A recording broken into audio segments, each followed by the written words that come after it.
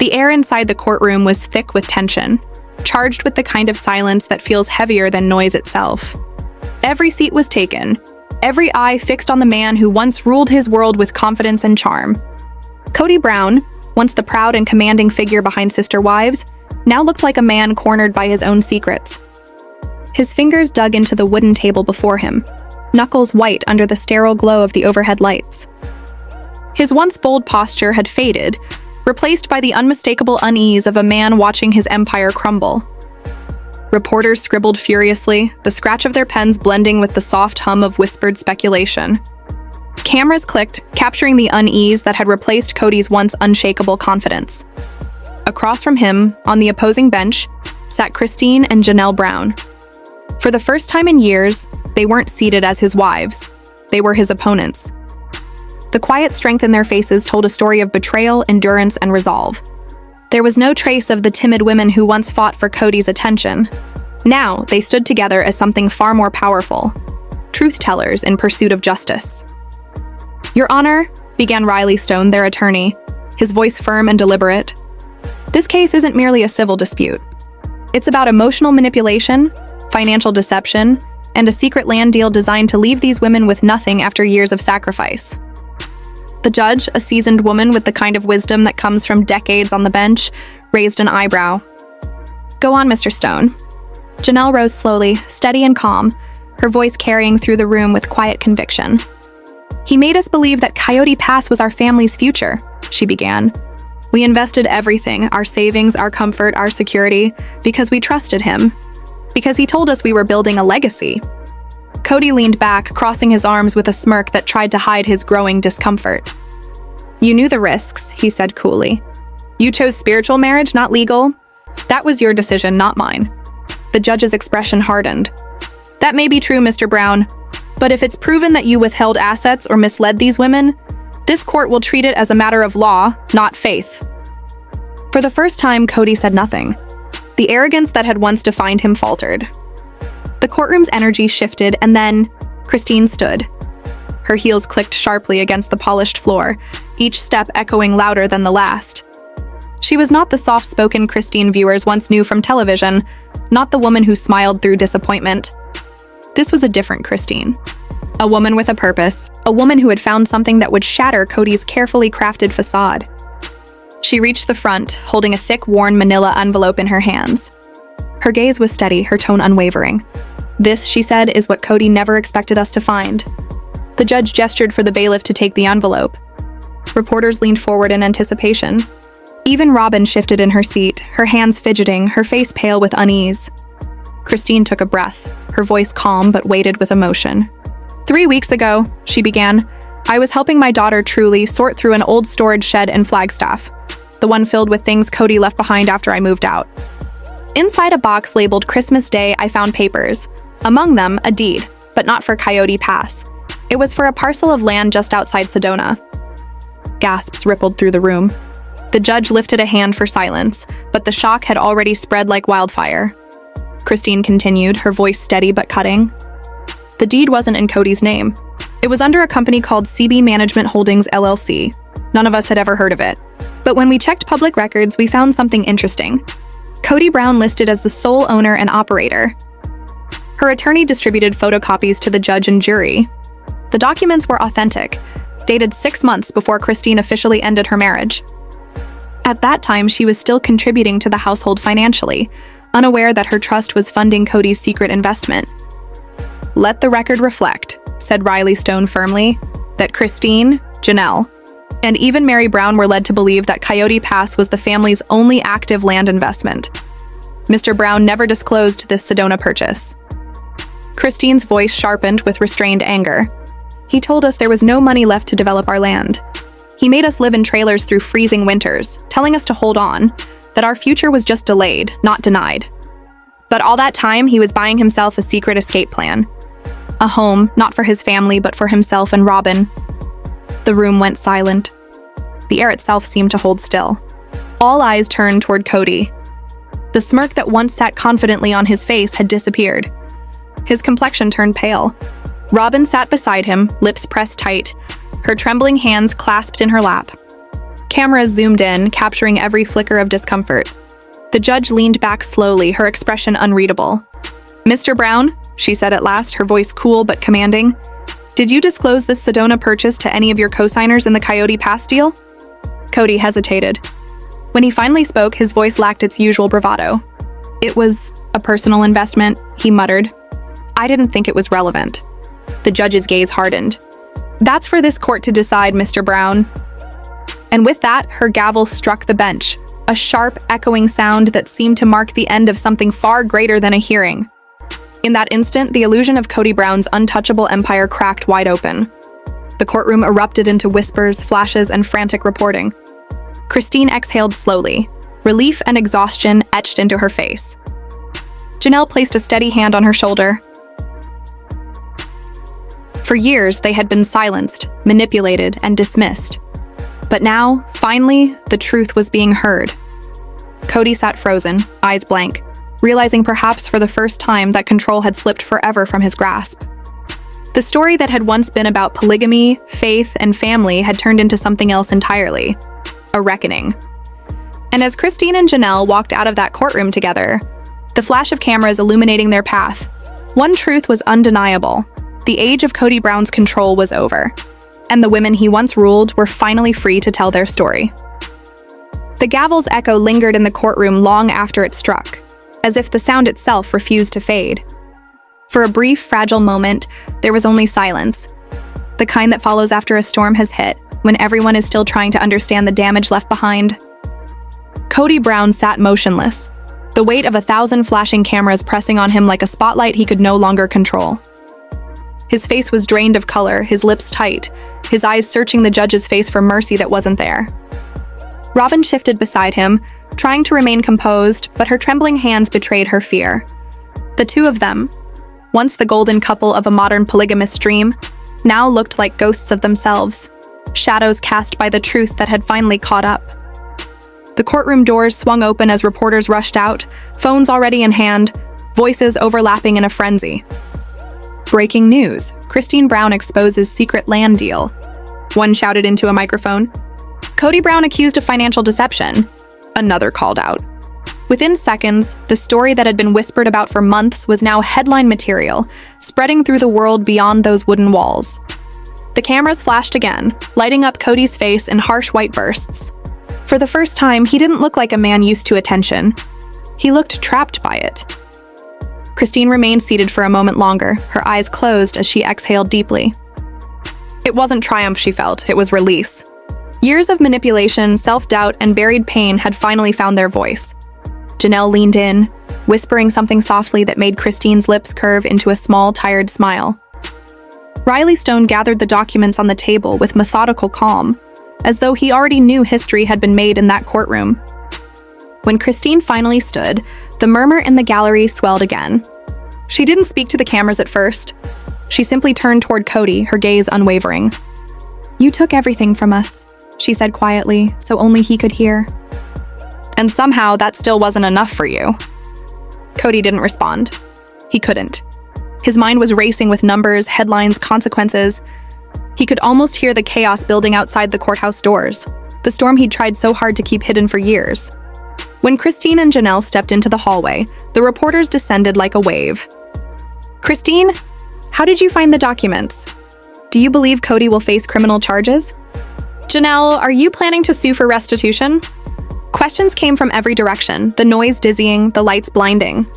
Christine paused, her expression steady, her voice calm yet filled with conviction. "I didn't come here to destroy anyone," she said. "I came here to tell the truth. We were lied to, used, and silenced for too long. This isn't revenge, this is justice." The statement echoed through the corridor like a declaration of independence. Janelle placed a reassuring hand on her back as they pushed through the sea of reporters, the flashes trailing them like stars in motion. Inside the courtroom, Robin's facade began to crumble. She turned toward Kody, her voice a whisper trembling on the edge of panic. "You told me everything was under control," she hissed.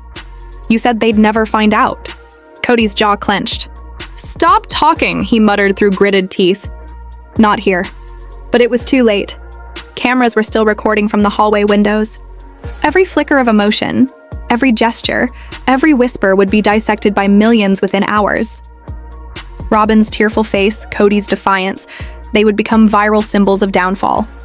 As the courtroom emptied, the judge retreated to her chambers, leaving behind an atmosphere that felt both heavy and electric. Even the bailiff, a man accustomed to routine hearings, lingered for a moment, shaking his head. "Never seen anything like this," he murmured under his breath.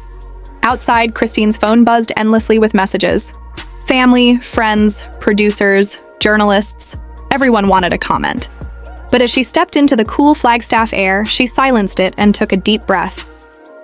The mountain breeze hit her face, sharp and clean. For the first time in years, she felt the weight begin to lift.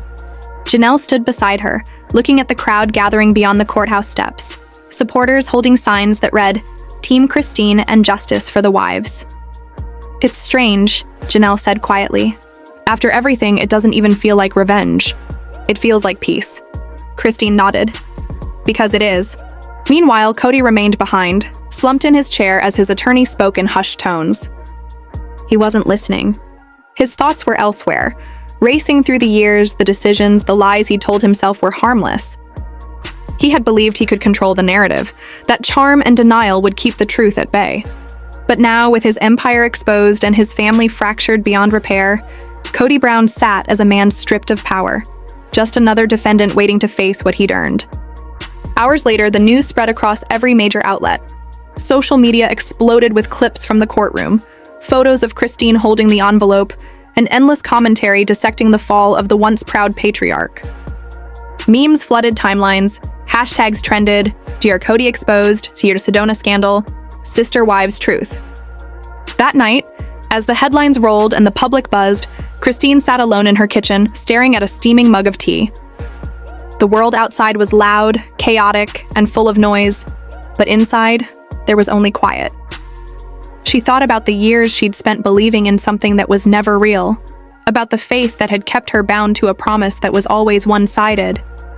And for the first time, she didn't feel broken by it. She felt free. In another part of town, Kody sat in his truck outside the gated Sedona property, the same one that had brought everything down. The lights of the house glowed faintly through the trees, but he didn't go inside. He just stared at it, realizing that the land he'd bought as an escape had become a monument to his downfall. The silence around him was suffocating. His phone buzzed again and again, but he couldn't bring himself to answer. There was no defense left to make. As the night deepened, Christine finally turned off her lights and looked out the window at the distant stars. The storm was far from over. There would be hearings, interviews, legal battles. But in her heart, she knew the hardest part was behind her.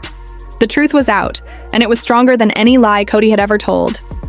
Tomorrow, the world would keep talking, the cameras would keep rolling, and the headlines would keep spinning. But tonight, for Christine Brown, there was only peace. Hard-earned, long-awaited, and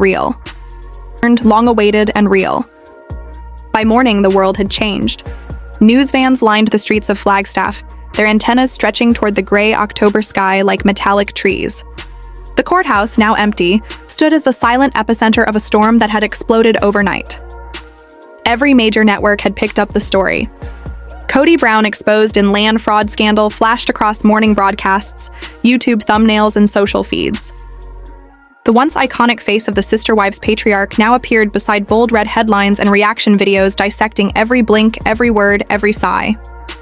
And as the world watched, the myth of Kody Brown, the charming polygamous dreamer, began to unravel thread by thread. Christine woke before dawn, not because she couldn't sleep, but because peace felt strange after years of chaos. The house was quiet, the morning light cold and still. She stood by the kitchen window, watching the frost gather along the edges of the glass. Her phone buzzed on the counter, hundreds of messages, missed calls, offers for interviews. She ignored most of them. But one message stood out from an unknown number. "You did the right thing. Thank you for showing the world who he really is." There was no name, but Christine didn't need one. She smiled faintly, realizing that her story had already started resonating with women everywhere, those who had been silenced, controlled, or made to feel small. Across town, Kody sat at a cluttered dining table inside Robin's house, the morning sunlight spilling across piles of papers and half-empty coffee cups. The room smelled like cold espresso and fear. Robin was pacing, her phone pressed to her ear, her voice rising with panic. "They're calling from TLC, Kody. They want to pause filming. What does that even mean?" Kody didn't answer. He stared at the TV instead, watching his own face replayed on the screen, captured mid-scowl from the courtroom. The reporter's voice cut through him like a knife. Brown, once celebrated as the face of modern plural marriage, is now facing allegations of deceit and manipulation against his former partners. He slammed the remote against the table. "They don't know the full story," he barked. Robin turned sharply. "Then tell it. Go on camera, make a statement." But even she could hear the desperation in her own tone. The power had shifted, not just in the court of law, but in the court of public opinion. Later that afternoon, Kody did appear on camera, a hastily arranged interview meant to control the narrative. The setting was his living room, but the backdrop felt more like a stage for confession. He wore a dark suit, his hair combed, his posture tense. "I'm not the villain people are making me out to be," he began, his voice brittle. "My family dynamic was complex, yes, but everything I did was with the intention of providing for them. The accusations being made are exaggerated and, frankly, heartbreaking." But the public didn't buy it. Comments flooded social media within minutes. Gaslighting again? He's only sorry he got caught. Christine saved herself.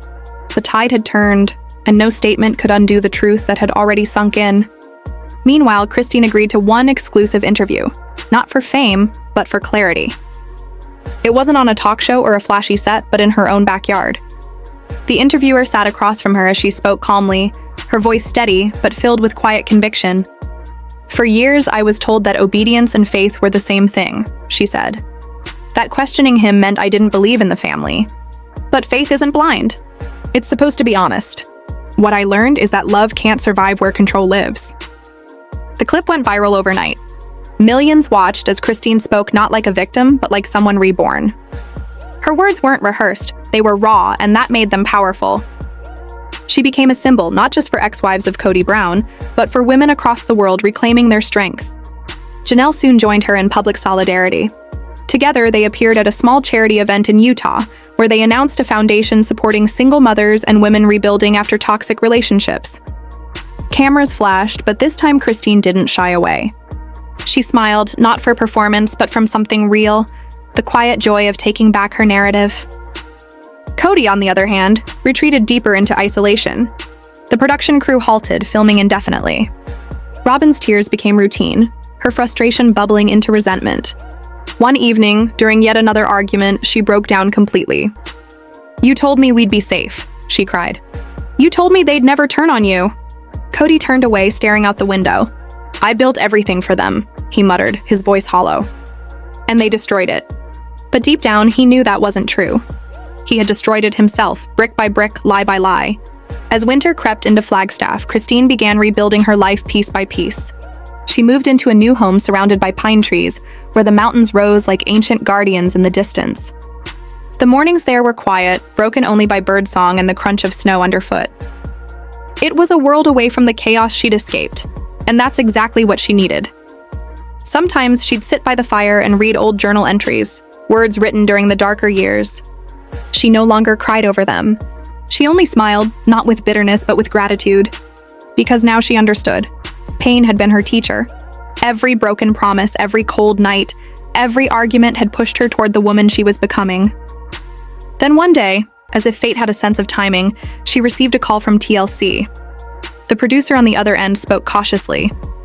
"Christine, we're developing a new series. Something about healing, independence, second chances. We'd like you to be part of it." Christine hesitated. For years, the cameras had been part of her cage. But maybe, she thought, this time they could be part of her freedom. "Only if it's honest," she said finally. "No scripts, no manipulation. Just truth." And with that, a new chapter began. "Did you use family funds that were shared to buy it?" Kody hesitated, his jaw tightening. "Part of it came from business money," he muttered. "But it was in my hands. I didn't need approval." Christine didn't even blink. Her tone was steady, cutting through the tension like a blade. "That income came from Sister Wives, a show about all of us. The wives, the children. You used our lives, our names, our pain, and turned them into profit, an exit plan we were never invited to join." Gasps rippled through the courtroom. Even the jurors looked shaken. The judge leaned forward, brows furrowed. "This raises serious concerns about transparency and potential financial misrepresentation," she said gravely. "I'll be reviewing this deed thoroughly before closing arguments proceed." But Christine wasn't done. She stepped closer to the witness stand, eyes locked on Kody. "You asked us for loyalty," she said, voice trembling with restrained fury. "To stay silent, to endure. You preached unity while building a future we weren't even part of." She gestured to the envelope now resting in the judge's hands. "That," she said, tapping it firmly, "is proof that your loyalty had a price. And we were never meant to be part of your future." A suffocating silence filled the room, the kind that screams without a sound. Then from the gallery, a voice broke through. "I have something to say," Janelle announced, rising slowly. All eyes turned to her. Her hands clutched a worn leather bag. Her expression was firm, hardened by years of quiet endurance. "Your Honor," she said, her tone unwavering. "With the court's permission, I'd like to submit an audio recording, a personal conversation with Mr. Brown, recorded on August 2nd of last year." Kody's head snapped up. His attorney leapt to his feet.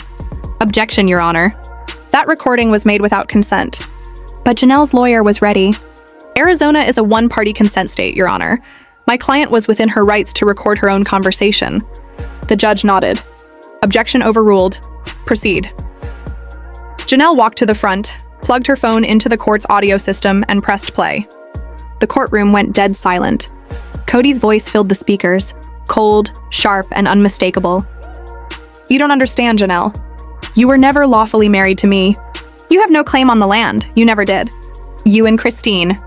You're just bitter because I built a real marriage with Robin. That land isn't yours. It never will be." The room froze. Gasps spread like wildfire. Even the judge's composure slipped for a moment. Then came Janelle's voice, trembling, wounded. "But Kody, we invested. Emotionally, financially, we gave everything for this family." His reply cut through her words like ice. "You chose this life. Don't blame me because you're waking up too late." The recording ended. A heavy silence hung in the air. Reporters' pens stopped moving. From the gallery came muffled sobs and whispers. Robin's hands shook in her lap, her eyes fixed on the floor. "Mr. Brown," the judge asked finally, her tone sharp, "do you confirm the validity of this recording?" Kody hesitated. "I don't recall saying those exact words," he muttered. Christine leaned toward her attorney, whispering something furious under her breath. Janelle, however, stood tall, facing Kody directly, not with anger, but quiet devastation. "I lived in an RV," she said to the jury, her voice steady but trembling. "No running water, no heat. Because he said we were building our future. I sacrificed comfort believing in his promise of unity, but now I see it was never unity. It was control." The judge's expression hardened. "Mr. Brown," she declared, "this court will not tolerate manipulation disguised as faith. If evidence proves deception and financial misconduct, you could be held liable for far more than land." Kody's jaw flexed. His defense team fumbled through papers. They weren't defending a man of belief anymore. They were defending a man of secrets. The jury exchanged uneasy glances. The tension was suffocating. And then, the courtroom doors creaked open. Every head turned. Cameras clicked. A young woman stepped inside, her presence commanding immediate silence. It was Gwendolyn Brown, Christine's daughter. Kody's daughter. And the look on her face made one thing clear. She wasn't here to defend her father. Gasps filled the air as she walked to the front, her chin high, eyes blazing with quiet purpose. Reporters scrambled, pens ready. Whatever was about to happen next, everyone knew, would change everything. Would change everything. Christine covered her mouth, stunned. Kody's face drained of color, his eyes fixed on the figure walking down the aisle as if he'd seen a ghost. "Miss Brown," the judge asked, her tone tight, "are you here to witness or to testify?" Gwendolyn straightened her shoulders. Her voice didn't shake. "I've been subpoenaed, Your Honor. I have evidence, specifically related to the deed Christine just mentioned." The courtroom broke into startled murmurs. Kody's lawyer stood abruptly. "Your Honor, this witness isn't on our list." The judge didn't flinch. "New evidence allows for late testimony. Miss Brown, please take the stand." Gwendolyn walked forward, calm, composed, almost regal in her defiance. Kody couldn't even look at her. Christine's hand trembled in her lap. Robin's eyes were wide, fixed on the floor. Once sworn in, Gwendolyn began. "A few years ago, my dad drove me somewhere. We were still living in Flagstaff. He said he wanted to show me something special. We drove for about an hour, out toward Sedona. He opened a gate with a code and drove us down a long, private road. At the end was a small cabin, modern, secluded, beautiful." The courtroom leaned forward as one. "I asked him what it was," she continued. "He told me, 'This is my backup plan.'" A few gasps escaped. Janelle's fingers clenched. Christine's lips trembled. "At first," Gwendolyn said softly, "I thought he was joking. But he wasn't. He said if things with the family or the show fell apart, he'd come here. Alone. Or with Robin. He told me not to tell anyone. Said he didn't trust anyone else with the location." Several jurors turned toward Kody, their faces hardening. The judge leaned forward. "Miss Brown, are you suggesting that the property described in your testimony is the same one presented in Christine's evidence?" Gwendolyn nodded. "Yes, Your Honor. When I saw the address, I recognized it immediately. It's the same cabin. The same road." Kody's complexion went pale. His voice cracked.